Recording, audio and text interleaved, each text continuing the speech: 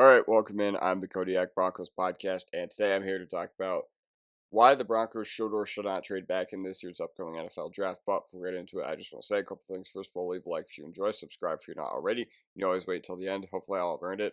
I'm posting this at 10 a.m. on Saturdays, so I'm not going to have time to interact with any of these comments until I get out of work. I work at a restaurant, and someone got fired, which means I get the privilege of working all day tomorrow. Hopefully going to make a lot of money, but leave a nice comment for me to come back to. Won't be able to engage for 10 hours. I know that a lot of you don't really care about that, but I try to be as engaged as possible during these comments. Let's dive right into it. So here's the most recent draft trades involving the 20th overall pick. So actually the last time the 20th overall pick was traded was when Pittsburgh traded their pick to us when they went up for Devin Bush in 2019. So what we got was 20th overall, 52nd, and a 2020 third round pick for the 10th overall pick. Now, I know that this is talking about trading back, but on the contrary, this is, I guess, an idea of what it would be to trade up.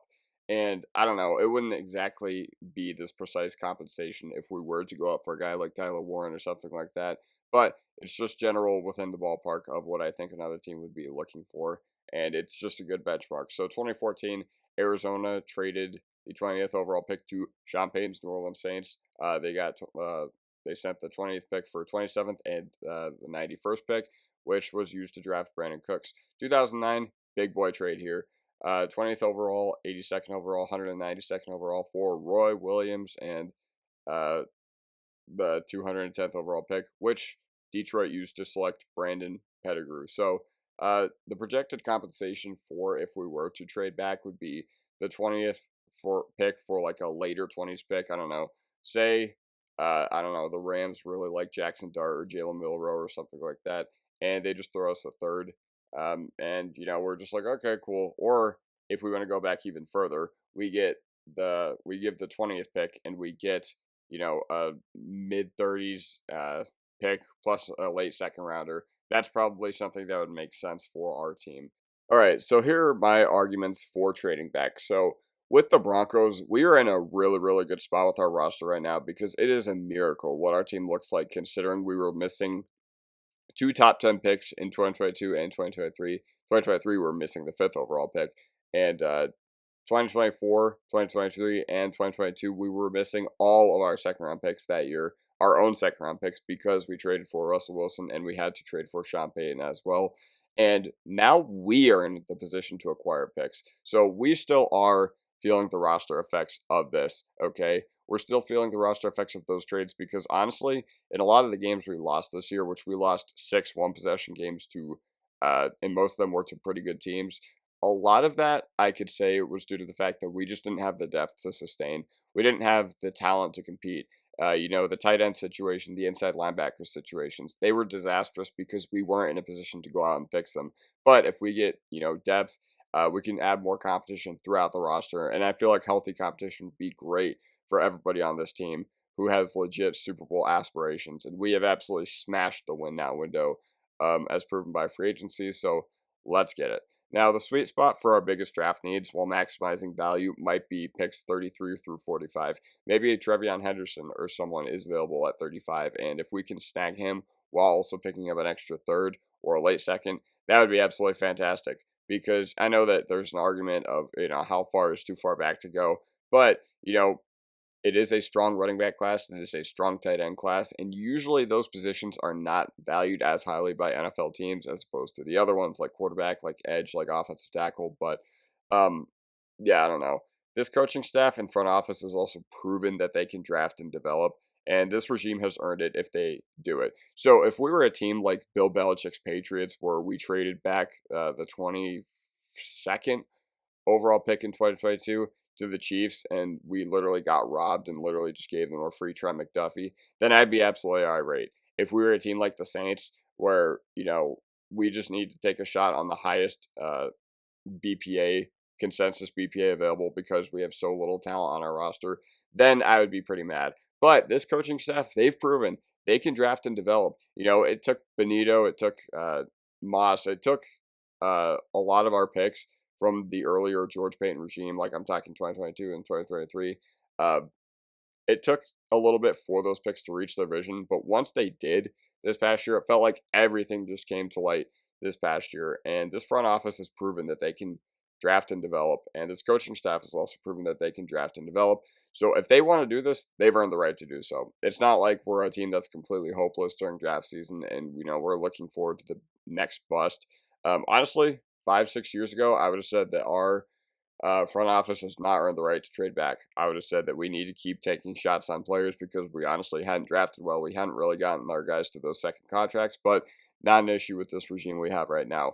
And also, there's only two guys that this team can't pass on.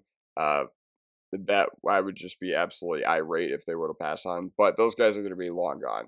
Ashton Genty and Tyler Warren, neither of them will be there at pick number 20. Now, on the contrary, Tyler Warren might be available to trade up for us because, maybe the NFL doesn't value the tight end position as highly.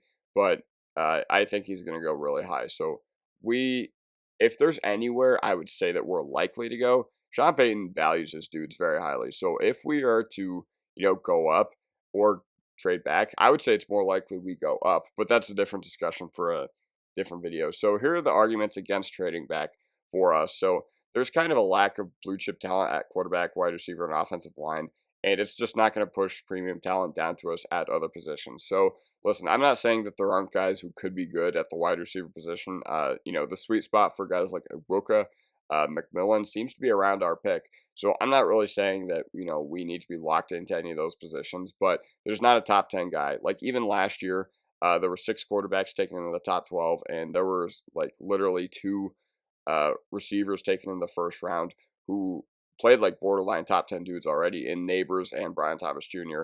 Now, is that going to happen at our pick? Are we going to get a guy of Brian Thomas Jr.'s caliber, even though Jacksonville drafted him at 23rd overall last year? No, probably not. But listen, just the fact that there is not a lot of blue chip talent at those positions. I'm not saying there's not good players, but this draft class is relatively, how do I put this? The tiers are more substantial than they have been in years past.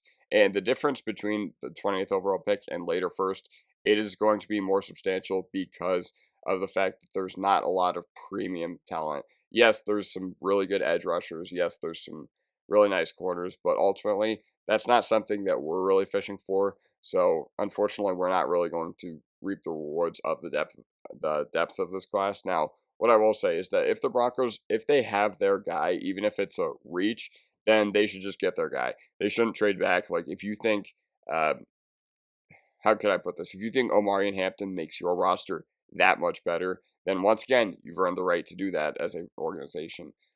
First round running back is something I think this team has earned the right to do, crazy enough to say. But trading back is too far, or trading back too far is too thin a line in this year's draft because of the premium position scarcity. So I know that it's really deep with running back and tight end, and that could also be an argument against trading, or an argument for trading back, is that, all right, you can, maximum allocate your resources if you decide to go for the second tier of running backs, and then you can add an extra top 100 pick. Now, we've shown a propensity to not want to go back super far, even when we do trade back as an organization. So I get where everybody's coming from with that, but once again, I do still think that the Broncos should be looking in the position or the range that they're currently in right now. I think 33, 34 is about as far back as I would go. So, would you rather? All right, we're going to play a game of would you rather. And once again, there's no right or wrong answer to this, but this is just the opportunity cost of what the 20th overall pick would look like if you were to make a move where you traded back. Okay, so these are some guys who are projected to be available around the 20th overall pick. And I was actually pretty conservative with this. Like, you'll notice that I'm not going, Colston Loveland or Walter Nolan plus Omarion Hampton, because that's just not realistic. That's just not going to happen at all. But for guys that could be available in the third round, if we were to, move back a couple spots in the first and then pick up an extra third, Colston Loveland or Walter Nolan plus DJ Giddens. Now, if we were to go back a little further from our pick right now at number 20, Omarion Hampton or Travion Henderson plus Jordan Phillips, Kenneth Grant or Xavier Watts plus Gunnar Helm. Like, there's no right or wrong answer to this, but this is just an idea of what the opportunity cost would be for our team. So, my verdict. All right. Here's what the Kodiak has to say about this. Okay, so there's three guys who, if they are on the board, I don't want the Broncos to trade back, and that is Kenneth Grant, Derek Harmon, and Colson Loveland in that order. Those are the three guys that I've kind of zeroed in on that I want the Broncos to draft at pick number 20. And there's a pretty good chance that at least one of those guys will still be there when we're picking. Probably, honestly, all three.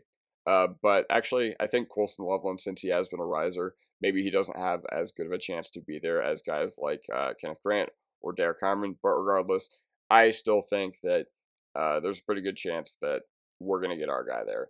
And a net gain of top 100 picks, it would be fantastic for this team.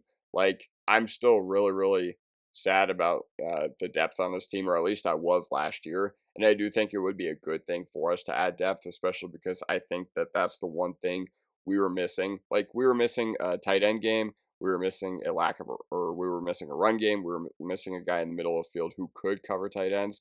And once again, I'm not here. Oh, yeah, we were missing a safety too. And I'm not here to say that we were, a bad team or anything last year.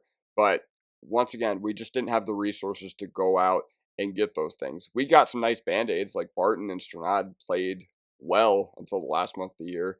PJ Locke had some nice flashes. Like, we got a couple nice games out of McLaughlin, but ultimately, for the overarching issues on this team, you can trace it back to the fact that we had limited capital. Having a net gain of top 100 picks would be fantastic for this team, and I think it's something we really, really need. But listen, I'm not going to be upset if they do it. Once again, they have earned the right to do so. So yeah, that's kind of the way I'm leaning towards in round one. I mean, Warren Genty, obviously pipe dreams, but Grant, Harmon, Loveland, is kind of a teaser for my next video, or trade back. So yeah, I will see you guys next time and have a wonderful rest of your day, and I will give you a big Mile High salute. Peace.